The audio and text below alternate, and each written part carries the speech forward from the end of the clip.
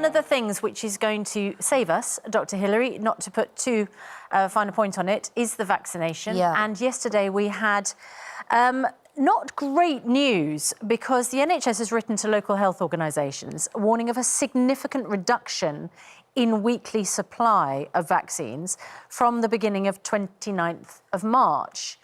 Now, what is the issue here? Because this is going to affect the vaccination programme for the under 50s. Mm-hmm. Are we worried? Well, we are assured that everyone over 50 will have their jab by the middle of next month, middle of April, and that all adults will be vaccinated by the 31st of July. That is the commitment that Matt Hancock has made. He's firmly convinced that that will happen, despite this blip in supply over the next month, starting on the 29th of March. Now, why has the reduction in supply occurred? According to the manufacturers, there's no problem with UK domestic supply, although the government is saying it is a national inbound vaccine issue. So there's a little bit of discrepancy here. Everyone's denying it's anything to do with the EU Commissioner, saying that there has to be reciprocity and proportionality. There is always, with these biological processes, a potential for manufacturing blips to occur. Because it's a biological process to make the vaccine, one batch can affect 1 million doses. So they are so clear on making sure that safety and quality is assured that as I say, one batch can affect a lot of supply. And there are 5 million doses due to come in from India, which I think possibly have been delayed. They're not saying where the supply problem is occurring. AstraZeneca is saying there is no supply problem.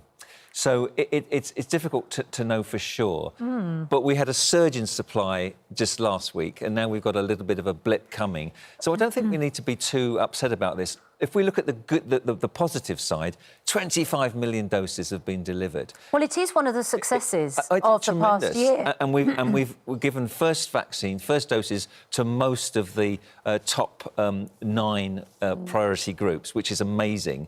And what they want to do now is to concentrate. We've got this little blip coming on giving second doses to those vulnerable groups and first doses to those people who are still in the most vulnerable categories, which is sensible. Yeah, they want to scoop up anyone who might have slipped through the net. Community networks, mosques, but those if there is a concern about supply, those people who had their first dose back in January... will get the second one.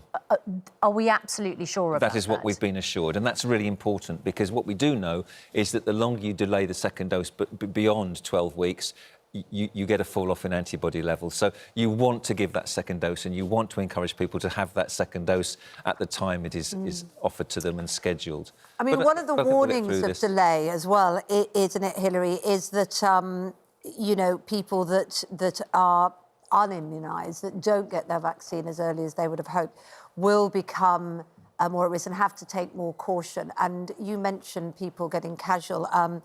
Police were required to shut down a big gathering for St Patrick's Day in a Liverpool park yesterday. They picked up on social media that there were large gatherings of people enjoying a bit of sunshine, celebrating St Patrick's Day, against the regulations of gathering, so had to shut it down.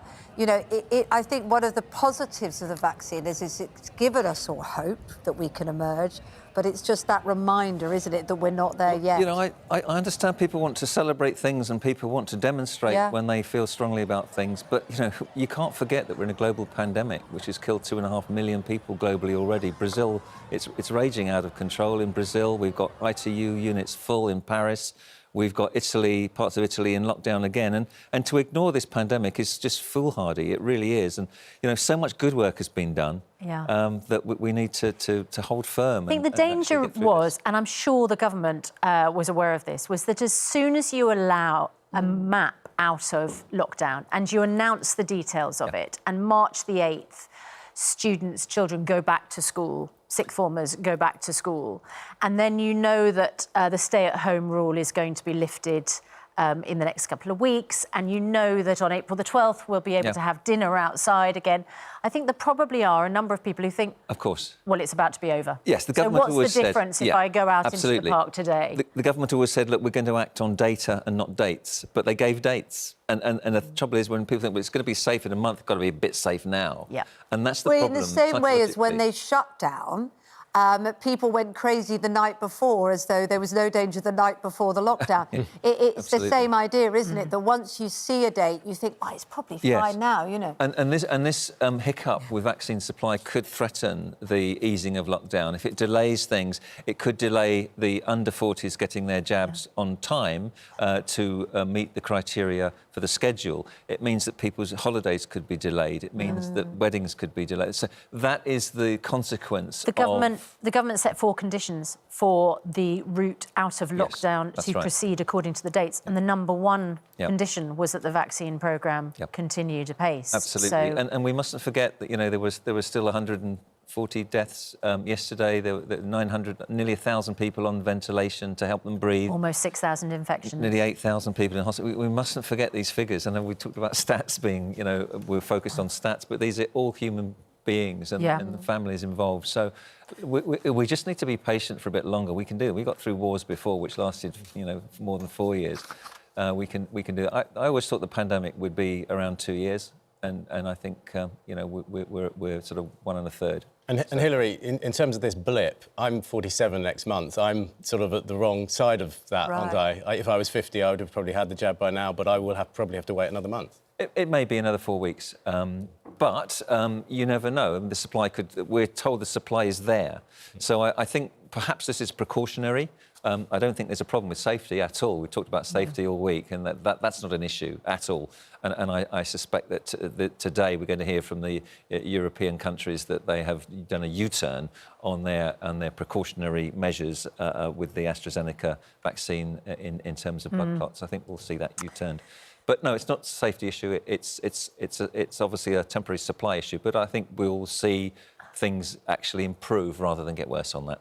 I was due to have my vaccine this week. A couple of people who've had it said that they got quite tired after it and suggested that waking up at 4 o'clock in the morning, the morning after you've had the vaccine, might not be the most sensible option. So I have just delayed it to a day when I'm not going to be getting up at 4 o'clock in the morning the next day. Is that something that's commonly reported? Yes. I mean, when people feel tired after the vaccine, it's actually a positive thing. It means your immune system, your body is working hard to create antibodies that you've been challenged to do by the vaccination. It's a good thing. So some people feel a little bit tired. I felt tired after mine for a couple of hours, and then it had gone. Some people say they had a little bit of a sore arm. Yeah. Some people say a little bit of headache. Some people say Some people are reporting stronger symptoms. I only say that not to scare people, but just because if they hear that, they might be worried if they get stronger symptoms. We know a number of people, friends and other people, that have said for 2 or 3 days they've felt a bit ropey, to be honest, with a bad headache. Yeah. But that's still not something to worry about. Not at all. No, it's certainly worth discussing with your doctor, the person who vaccinated you. Perhaps if you got access to them. But it's very normal. Okay. So some people, everyone reacts differently. Some people have nothing at all in terms of side effects. Some people have very minor side effects. But those people who get the fatigue and the headache and feeling a little bit ropey for 2 or 3 days, it actually is a positive thing. It means that their antibodies are kicking in, that they've got a reaction. And, you know, they need to know that they've got wonderful protection after that against COVID-19, which is a horrible infection, as you know.